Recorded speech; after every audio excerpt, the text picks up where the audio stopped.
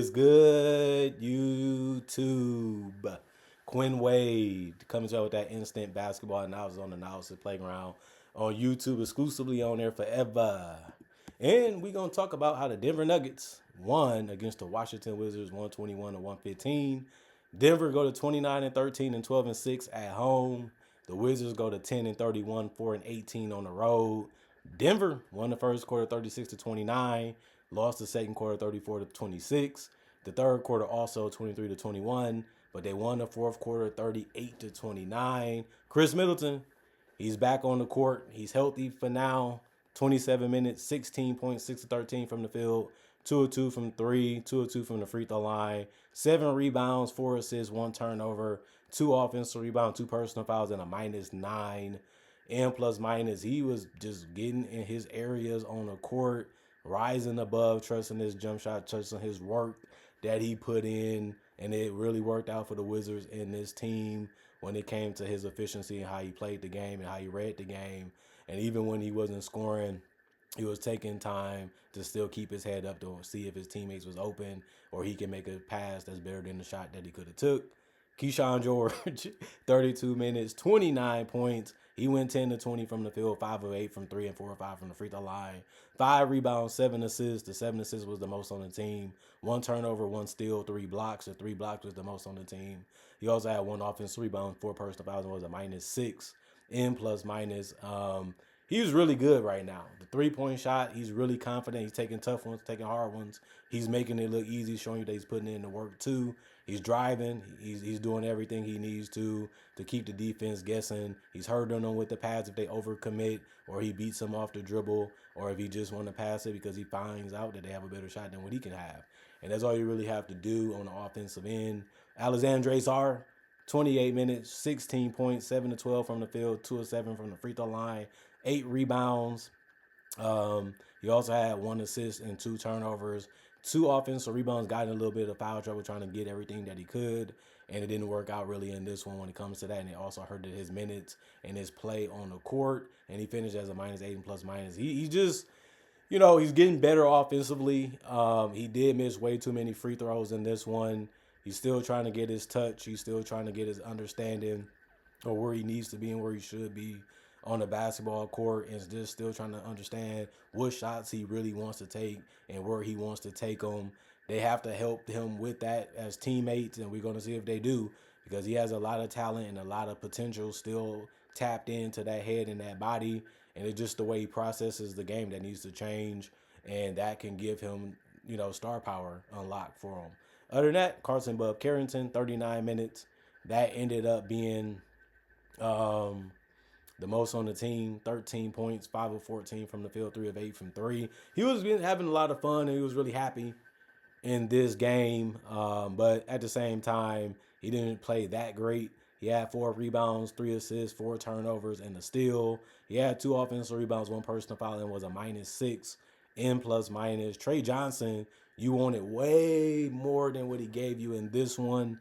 31 minutes, he finished with 4 points. Was the only guy in not to get in double figures in the starting lineup.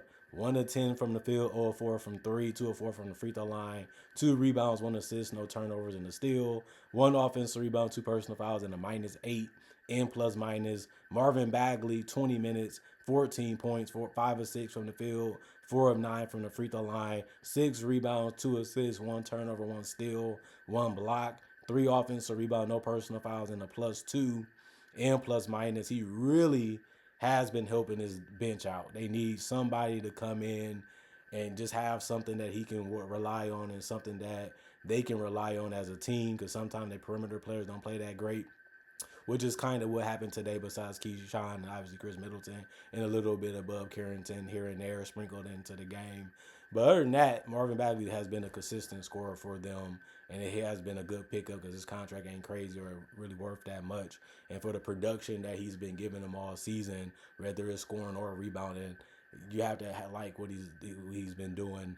Justin Champagnie, 26 minutes, 13 points, 6 of 11 from the field, 0 of 3 from the 3-point line, 1 on from the free throw line, 9 rebounds. That was the most off the bench and the most in the game. For the Wizards, 1 assist, 2 turnovers, 3 steals, 3 offensive rebounds, 0 personal fouls, and a +1 And plus minus, Jameer Watkins, 21 minutes, 3 points, 1 or 2 from the field. He made a three, missed a three, and then he also had 5 rebounds and an assist.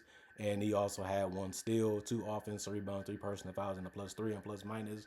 And then Will Riley, 16 minutes, 7 points, 3 of 8 from the field, 0 of 3 from the 3-point line, 1 of 1 from the free throw line, 2 rebounds, no turnovers, and a steal. 1 offensive rebound, 0 personal fouls, and a +1 and plus minus. They gave a good collective effort. I mean, you score 115 points. You end the game basically the entire game, and you fall a little short, but they're still showing you that they still have a lot of guys that still ain't what they need to be, and you still seeing results of them getting better. You see them results of them figuring things out and playing together, and that's a good sign if you want to look for anything this season for the Wizards, since they still lost this game and they have a terrible record. Aaron Gordon splashed in a nice 3 at the top of the key. 1 of 3 from the 3-point line, 3 of 8 from the field, 8 points, 32 minutes. 1 of 2 from the free throw line. He had a double-double, not because he had points, because he had 10 rebounds and 11 assists. They needed somebody to help Murray out. Aaron Gordon has just been a solid player from day one for the Denver Nuggets. He did everything that they needed. He did everything that they wanted him to be for this team, and that's why they was able to win the title and still has a chance to win it this year. 1 turnover, 1 steal, 1 personal foul, +14, and plus minus. Spencer Jones, 29 minutes, 7 points, 3 of 4 from the field, 1 of 2 from 3, 3 rebounds, no turnover, and a steal. 2 offensive rebounds, 2 personal fouls, and a -6 and plus minus. He did a really good job of attacking, and he's been doing that, since he's been in the starting lineup and when he does play. But he did hit a 3, so he's still showing you that he ain't afraid to take those. Jamal Murray was in no hurry. 39 minutes, 42 points. He has been playing out of his mind. His jump shot is so pure. The side fadeaway, the sliding fadeaway, the mid-range jumper, the pull-up game, still can get to the basket, ain't afraid to get to the rim and get fouled. He's doing all of what he should have been doing, but it's good to see that he's figuring it out and got it done this entire season so far. 3 rebounds, 6 assists, 5 turnovers, 2 steals, 2 blocks, 1 personal foul, and a +5 and plus minus. Jalen Pickett, 22 minutes, 5 points, 2 of 7 from the field, 1 of 6 from 3, 5 rebounds, 6 assists, no turnovers, 1 steal, 1 personal foul, and a +8 and plus minus. The passing is what he did the best at. Making quick decisions can help out, especially because he was struggling scoring the basketball in this game. And the boards, whatever you can do to help the team out helps. And the rebounds and the passing was the strongest thing he could contribute to in this game, and it worked out for him. Peyton Watson has been really good. 35 minutes, 21 points, 8 of 14 from the field, 1 of 2 from 3, 4 of 8 from the free throw line, 5 rebounds, 2 assists, 2 turnovers, and a steal, 5 personal fouls, and a +5 and plus minus. Efficient. His shot selection can be iffy, but if it's working and he's working on it and it's happening on the court and he's doing it every single game like he has been this season, let him do his thing, man. He has earned a little bit of a green light by his play, and I'm impressed by him this year. Zeke Naji, 16 minutes, 4 points, 2 of 4 from the field, 0 of 2 from 3, 6 rebounds. The 6 rebounds was the most off the bench. 2 assists, no turnovers, and a block. 1 offensive rebound, 3 personal fouls, and a -8 and plus minus. Tim Hardaway Jr., 36 minutes, 30 points. He had some nice finishes, whether it's a layup or a dunk. But, of course, he ain't going to lead the game without shooting threes. 10 of 18 from the field, 5 of 5 from the free throw line. He did go 5 of 11 from 3. 2 rebounds, 2 turnovers, 2 personal fouls, and a 0 and plus minus. Bruce Brown, 25 minutes, 4 points, 2 of 5 from the field, 0 of 1 from 3. 3 rebounds, 4 assists. The 4 assists was the most off the bench. He also had 2 turnovers, though. And he had 5 personal fouls, which is a lot considering the minutes that he played. He also had 1 offensive rebound finish as a +10 and plus minus. He had that floater. Nice little pull-up floater shot. Julian Strawther, 6 minutes, 0 of 1 from the field, 1 rebound, 1 steal. He ended up getting 1 personal foul, was a +2 and plus minus.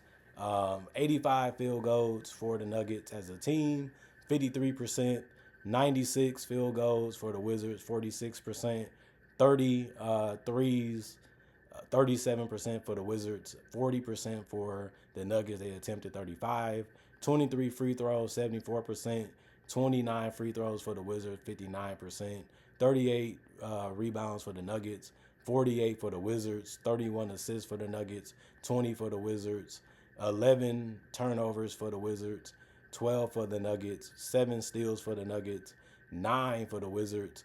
Both teams had 4 blocks. The Nuggets had 4 offensive rebounds. The Wizards had 17. That gave them a good chance of being able to win the game.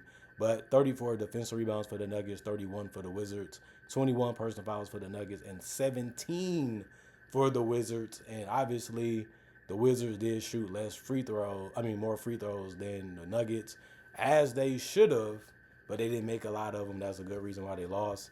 Besides the fact that they couldn't really slow down or stop the Nuggets, and nobody has. With or without Jokic, the offense keep humming and going and on and on and on, and they just singing and they just feeling each other. They happy with each other. The Nuggets are playing spectacular basketball. No matter who's out there playing for them, it seems like they just a tough team to beat. That's why I feel like it's a Nuggets versus Thunder type of year, where whoever win that series or whoever comes out the West, who's beating those teams is all I can really think about from the start of this season to now. Who's beating the Thunder or who's beating the Nuggets? One of them teams winning the championship. I don't know which one right now, but I know for sure it's going to be interesting. Last year it was a 7-game series, and the Thunder did win the championship. I think that might be the same thing that might happen this year. But other than that, comment, like, subscribe, and share. Hit that notification bell to get that analysis when it first come out. Of course, y'all stay blessed up. Y'all stay good. Peace. And I'll see y'all later today, hopefully with more analysis, man. Enjoy y'all weekend.